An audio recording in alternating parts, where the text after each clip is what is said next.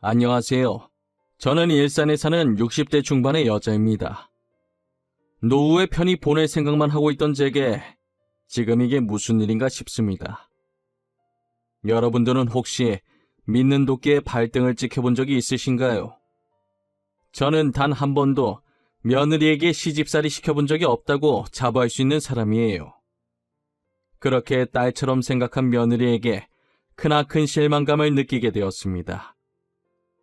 가족을 믿은 죄밖에 없는 제게 이 세상은 너무 가혹하네요.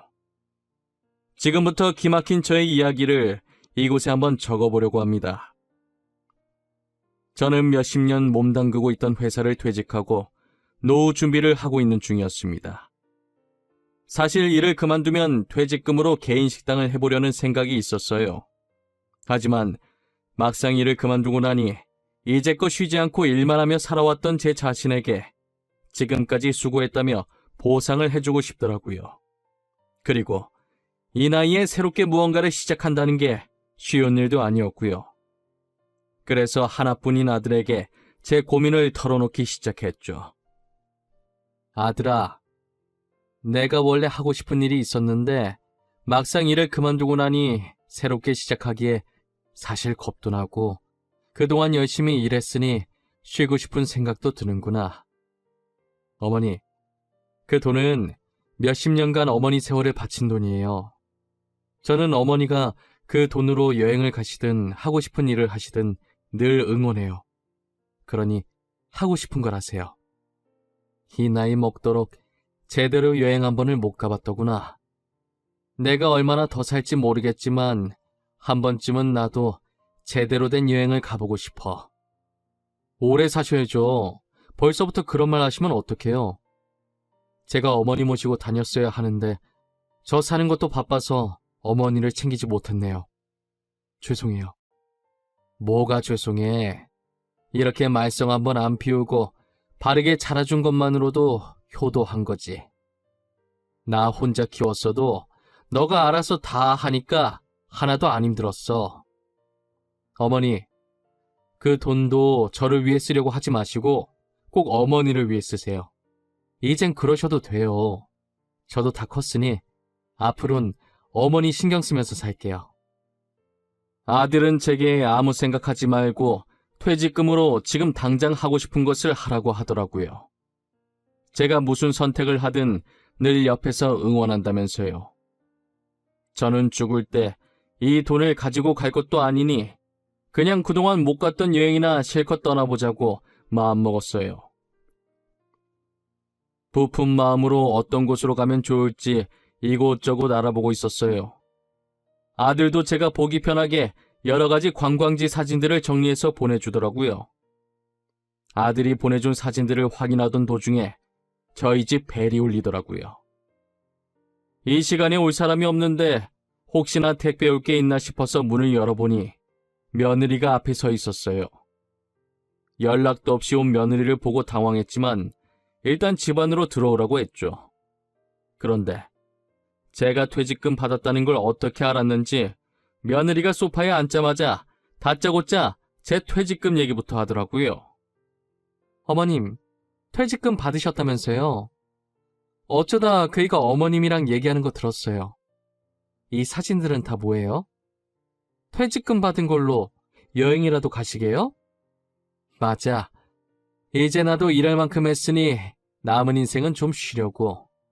그런데 왜? 무슨 일로 아침 대바람부터 우리 집까지 온 거야? 다름이 아니라 저희 아빠 사업이 좀 어려워서요. 혹시 어머님 퇴직금을 아버지 사업에 조금 보태주실 수 있나 했어요. 내가 이때까지 사돈 어른 사업에 많이 보태줬지 않니? 최근까지도 보태줬던 걸로 기억하는데 또 사업이 어려워진 거야? 네, 이번 고비만 잘 넘기면 될 것 같은데 어떻게 안 될까요?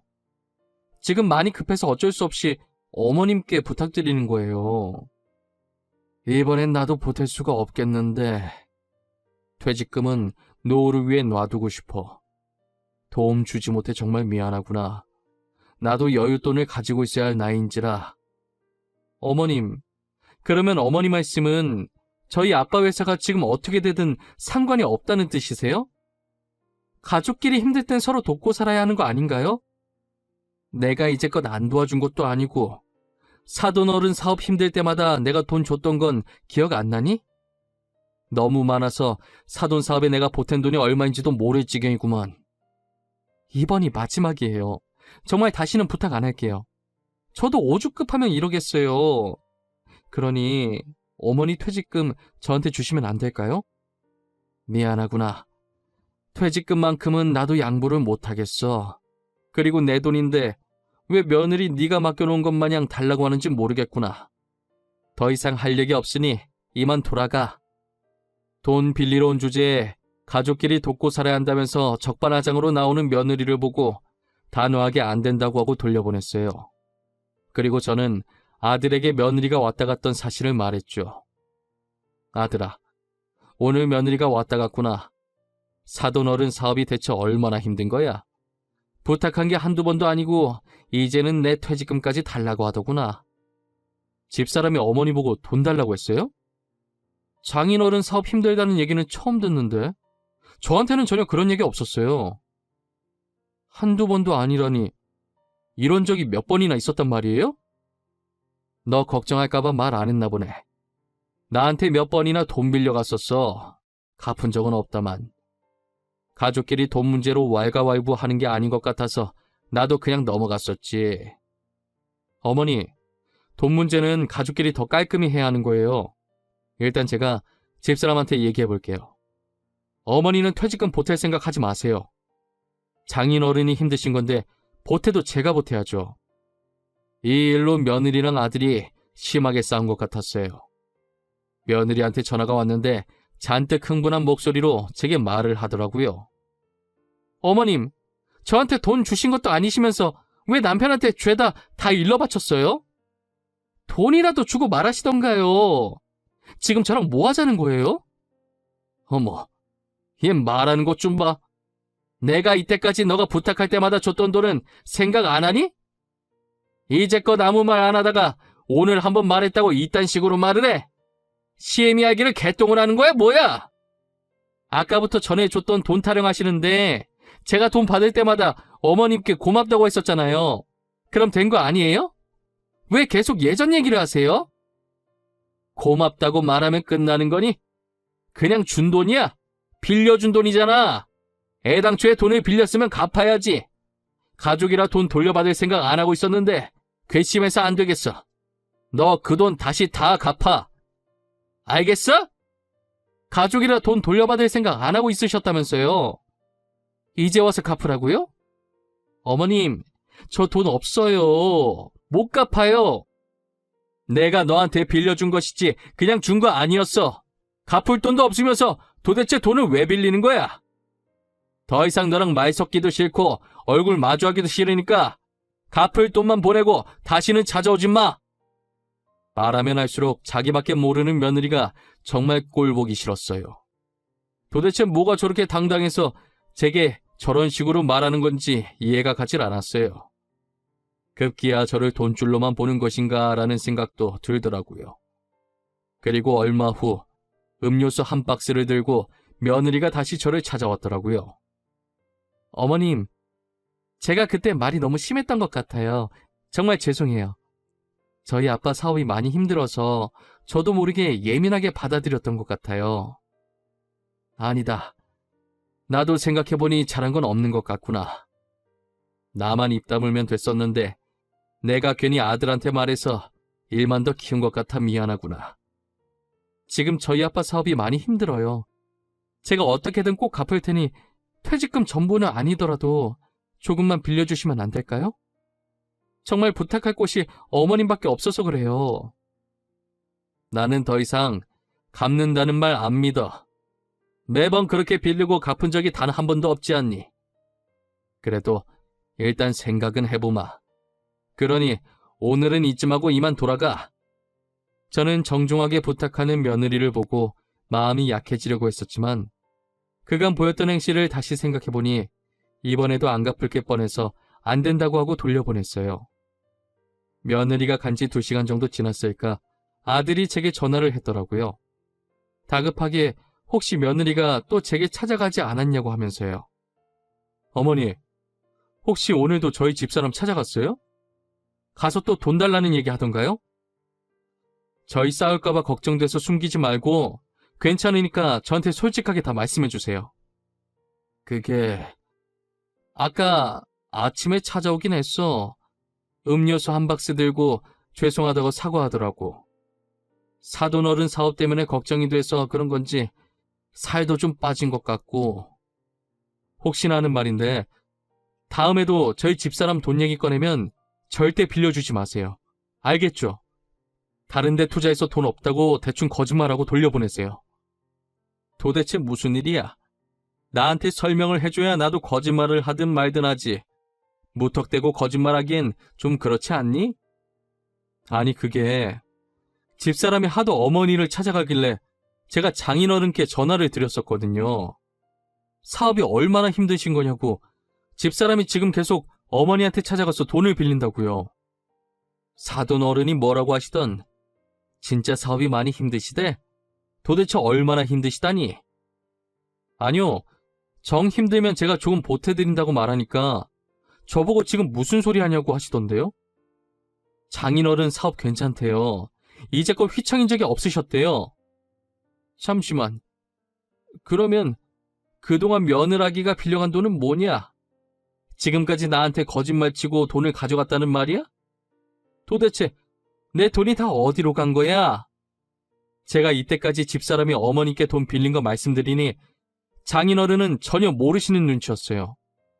오히려 자기 딸이 돈을 빌렸냐고 저한테 되물으시던데요? 일 커질까봐 제가 잘못한 것 같다고 둘러댔어요. 아들이 직접 알아보니 사돈어른 사업은 전혀 문제가 없었더라고요. 혹시나 마음 약한 제가 또 며느리에게 속고 돈을 빌려줬을까봐 노심초사한 것이죠. 그래서 아들이 사돈어른이랑 전화를 끝마치자마자 바로 제게 전화를 한 것이에요. 저는 지금까지 며느리가 가져갔던 제 돈의 행방이 제일 궁금했어요.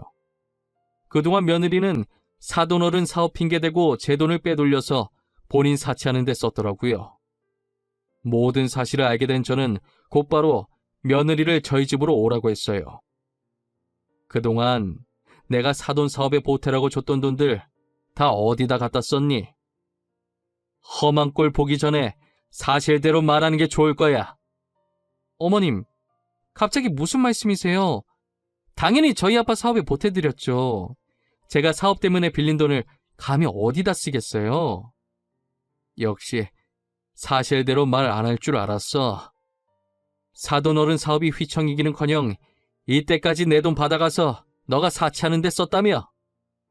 아니, 그걸 어떻게... 어머님, 며느리가 돈 좀 쓸 수도 있지. 가족끼리 진짜 왜 그러세요? 그냥 딸 같은 며느리 용돈 주셨다고 생각하시면 안 되는 거예요? 너가 그냥 돈 달라고 한 게 아니잖아. 그리고 잘못은 지가 해놓고 어디서 큰 소리야? 정말 다시는 너를 보고 싶지 않구나. 앞으로 어떤 이유에서든 우리 집에 올 생각하지 말거라. 제가 다 알고 있다고 하자 처음엔 당황해 하는 것 같더니 이내 다시 표정을 바꾸고 그럴 수도 있는 거 아니냐며 달려드는데 정말 온몸에 소름이 끼치더라고요. 저는 100번 이해해서 그래도 가족이니까 그냥 용돈 줬다는 셈치고 넘어가려고 했어요. 며칠 뒤 아들에게 전화 오기까지만 해도 돈을 받지 않겠다던 제 생각에는 변함이 없었죠. 아들은 며느리가 제게 거짓말해서 돈을 받고 그 돈으로 사치하는 데 썼다는 걸 알아낸 후부터 어딘가 좋지 않은 느낌을 받았다는 거예요. 그래서 어디에 썼는지 알아보기 시작했고 며느리 카드 거래 내역을 보다가 다른 남자와 바람을 피고 있는 중이라는 사실을 알게 된 것이죠. 아들은 그런 며느리에게 오만정이 다 떨어지고 머리끝까지 분노했더라고요. 저도 배신감에 화가 나긴 마찬가지였어요.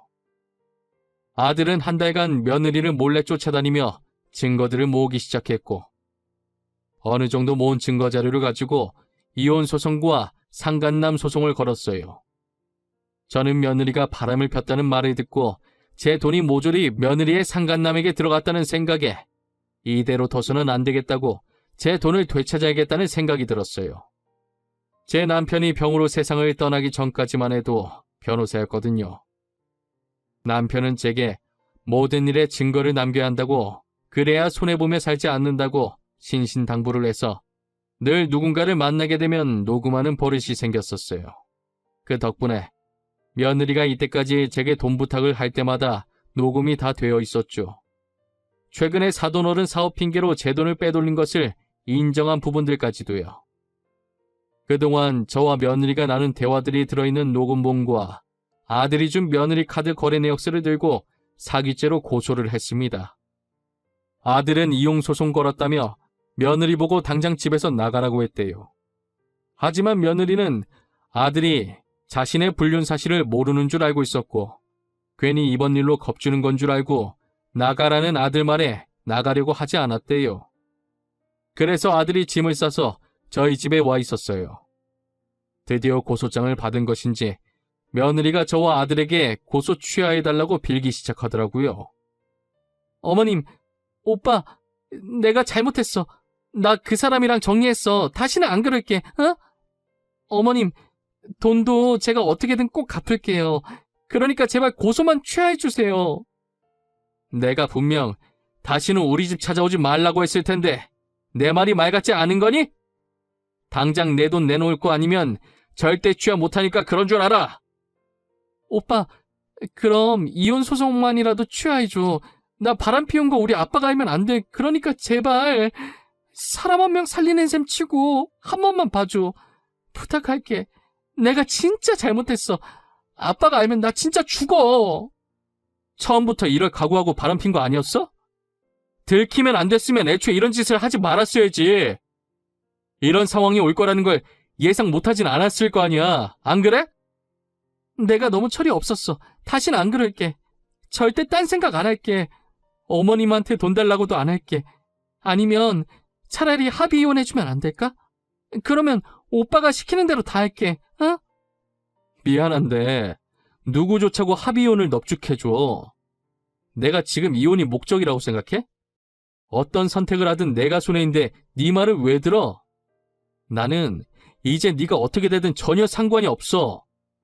결국 아들과 저는 소송을 취하지 않았고 며느리는 친정에서도 쫓겨났어요.